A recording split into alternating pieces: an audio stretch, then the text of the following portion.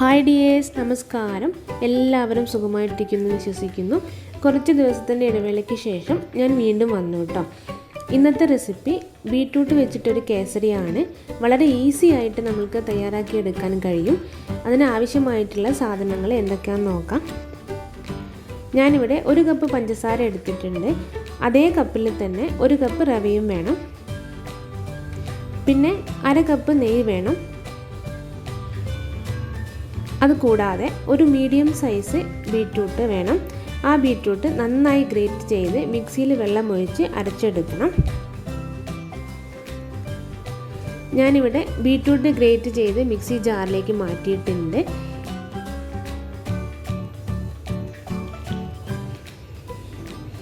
ഇനി ഇത് നന്നായിട്ട് അരച്ച് ജ്യൂസ് എടുക്കാം.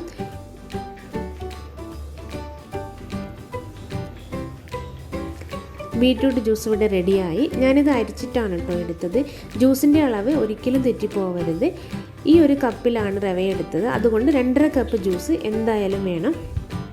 ഇനി ഒരു പാൻ വെച്ച് ചൂടായതിനു ശേഷം അല്പം നെയ്യ് ഒഴിച്ചു കൊടുക്കാം.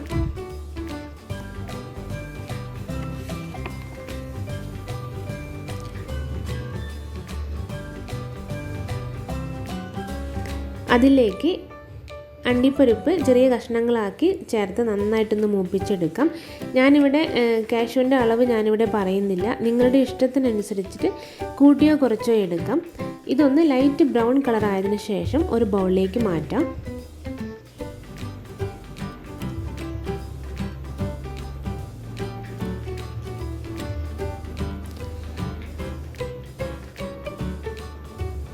ഇതേ പാനിലേക്ക് റവ ചേർത്തിട്ട് നന്നായിട്ടൊന്ന് വറുത്തെടുക്കാം. ഞാനിപ്പം നെയ്യ് ഈ സമയത്ത് ചേർക്കുന്നില്ല. ഞാനിപ്പോൾ ഇതിലുള്ള നെയ്യ് മാത്രമാണ് ഉപയോഗിക്കുന്നത്. ഇതും ഒന്ന് ലൈറ്റ് ബ്രൗൺ കളർ ആയതിനു ശേഷം റവയും നമുക്ക് ഒരു ബൗളിലേക്ക് മാറ്റാം.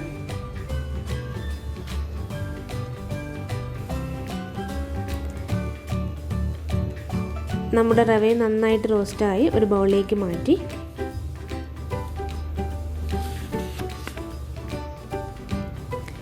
ഇനി ഇതേ പാനിൽ തന്നെ നമ്മൾ എടുത്ത് മാറ്റി വെച്ചിരിക്കുന്ന അളന്ന് വെച്ചിരിക്കുന്ന 2.5 കപ്പ് ജ്യൂസ് ഒഴിച്ചു കൊടുക്കാം. ഒന്ന് മൂടി വെച്ച് തിളയ്ക്കുന്നത് വരെ വെയിറ്റ് ചെയ്യാം.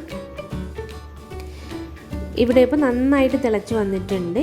അതിലേക്ക് വറുത്ത് മാറ്റി വെച്ചിരിക്കുന്ന റവ ചേർത്ത് നന്നായിട്ട് മിക്സ് ചെയ്യുക. കുറച്ചായിട്ട് ചേർത്തിട്ട് നന്നായിട്ട് കൈവിടാതെ ഇളക്കിക്കൊണ്ടിരിക്കണം. കാരണം കട്ട പിടിക്കാനുള്ള സാധ്യത ഉണ്ട്. ഇനി ഇത് നന്നായിട്ടൊന്ന് മിക്സ് ചെയ്തതിന് ശേഷം ഒരു 5 മിനിറ്റ് ഏറ്റവും കുറഞ്ഞ തീയിൽ മൂടി വെച്ചിട്ട് ഒന്ന് വേവിച്ചെടുക്കാം. പ്രത്യേകം ശ്രദ്ധിക്കുക, കുറഞ്ഞ തീയിലായിരിക്കണം വേവിക്കേണ്ടത്, അല്ലെങ്കിൽ അടി പിടിക്കാനും സാധ്യതയുണ്ട്. 5 മിനിറ്റിന് ശേഷം വീണ്ടും നന്നായിട്ടൊന്ന് മിക്സ് ചെയ്യുക.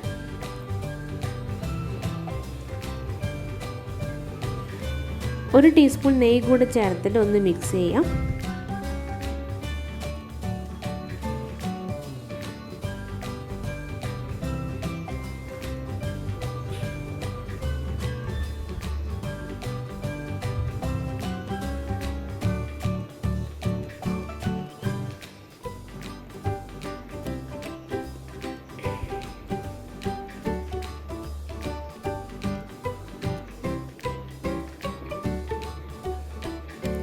ഒരു ടേസ്റ്റ് ബാലൻസിന് വേണ്ടിയിട്ട് നമ്മൾക്ക് ഇതിലേക്ക് അല്പം ഉപ്പ് ചേർത്ത് കൊടുക്കാം. ഒരിക്കലും കൂടി പോകരുത് കേട്ടോ, ഒരു പിഞ്ച് ഉപ്പ് മാത്രം മതി.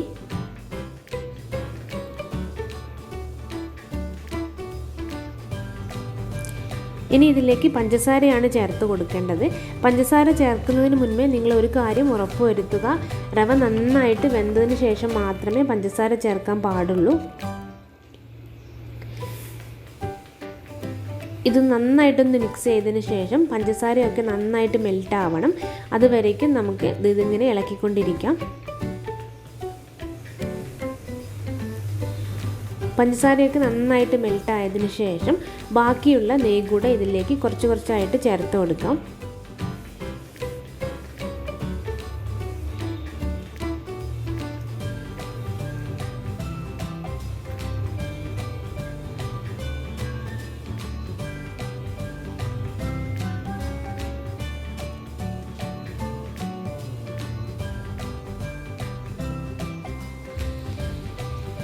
ഇനി ഒരു ഫ്ലേവറിന് വേണ്ടിയിട്ട് നമുക്ക് ഏലക്കാപ്പൊടിയോ അല്ലെങ്കിൽ വാനില എസൻസോ എന്താണ് നിങ്ങൾക്ക് ഇഷ്ടമോ അതിനനുസരിച്ച് ചേർത്ത് കൊടുക്കാം. ഞാനിവിടെ ഏലക്കാപ്പൊടിയാണ് കേട്ടോ ചേർക്കുന്നത്.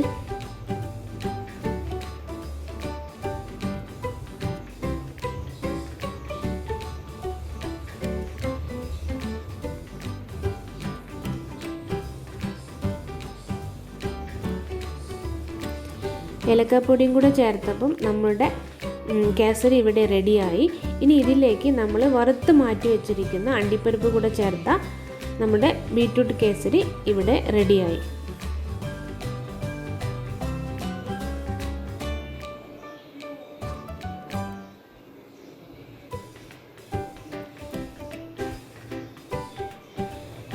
ഇനി ഇത് ഒരു ബൗളിലേക്ക് മാറ്റാം.